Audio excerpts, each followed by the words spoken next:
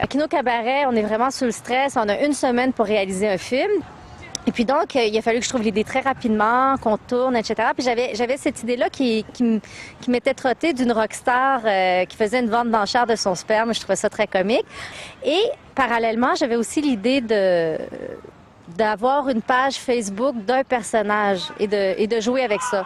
Et donc, j'en ai profité dans le cadre du cabaret qui est un contexte exploratoire, laboratoire par excellence pour essayer les deux.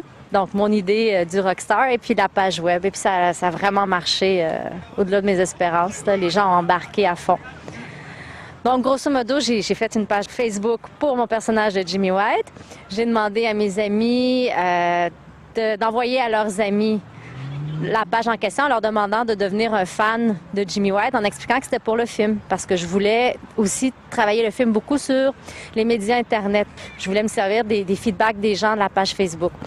J'avoue qu'en voyant la page, j'étais un peu catastrophée parce que les gens amenaient tellement de matériel que j'aurais eu aimé me servir du matériel un peu plus dans le film, ce qui n'était pas possible dans les contextes de temps qu'on avait. Là, on était déjà au montage quand j'ai créé la page, donc on ne pouvait pas tourner d'autres séquences. Mais je me suis quand même servi des petits commentaires Facebook, puis je les ai mis tels quels.